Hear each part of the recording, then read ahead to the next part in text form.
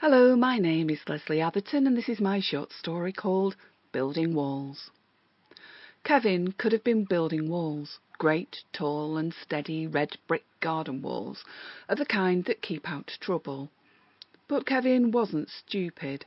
He'd read one too many folk tales of giants and walls, birds and lost children, and that meant he knew instinctively that a high wall creates more problems than it solves.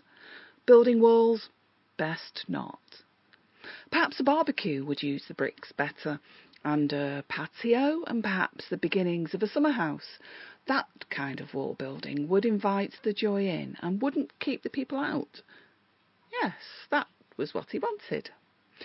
And he also had to admit that although the pleasures of a good deal at Curry's sale were quite divine, wandering around a garden centre with the family in order to select new additions to their extensive garden was an experience hard to beat. His single mates were all still doing the twice-weekly pub crawls, but Kev was happy in his little home and his little garden. To him, satisfaction arose from making all around him beautiful, bright and loved, because Kevin Rowbotham was the king of DIY.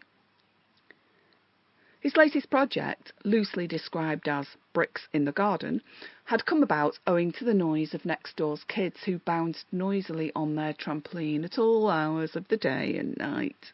Kev wondered if perhaps there was some subtle way that he might block them out, just a little. He bought many tons of bricks with wall-building projects in mind. But the more he sat on the bench staring at the brick piles, the more it felt, well, wrong, really, really wrong. And as he watched a small brown speckled bird as it hopped hesitantly towards him, he realised with some shame that he didn't know how to label it. Was it a sparrow, a blackbird, a wren? And it wasn't just the birds he knew nothing of. His garden was full of stuff, of toys, of play equipment, of plants and flowers. But where was the poetry and serenity? Where was the wildlife?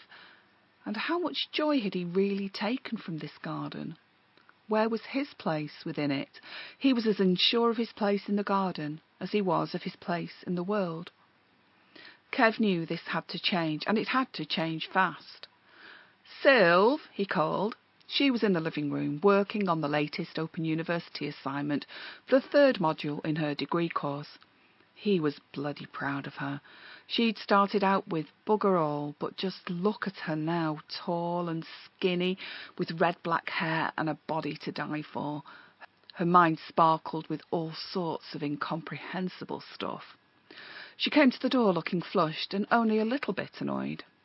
"What do you want? I'm busy." There was no aggression or criticism, just a statement of fact. "Sylv, I think I'm going to change the garden a bit. Are you bothered about the roses and conifers and stuff?" "No," she said. "Well, not really. Change what you like."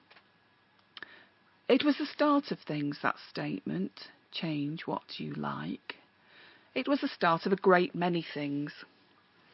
Over the following weeks and months, he built tributes to the great and the good, and he built creative perfection.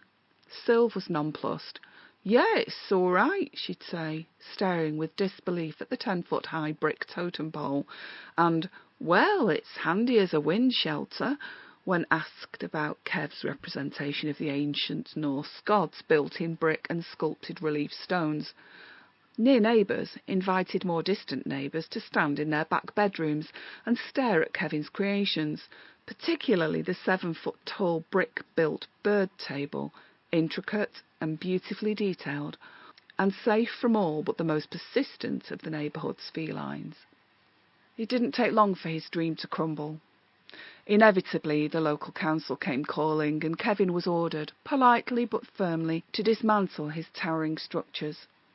Kev had clearly been a man with too much time on his hands. He dismantled each creation, carefully and methodically chipping away the mortar from each reusable brick. His artistry hadn't been matched by his bricklaying skills. The mortar was sparse, and he was glad he'd been forced to remove the structures before one of them collapsed and killed someone in the first of the winter's gales. What was he thinking of? He vowed to do better next time.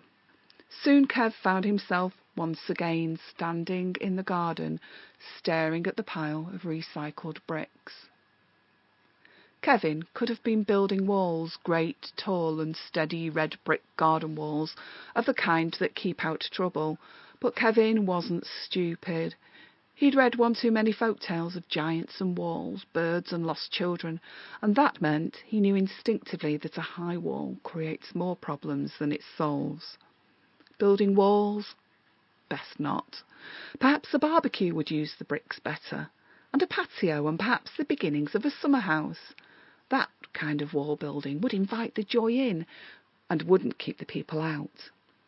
Yes, that was what he wanted.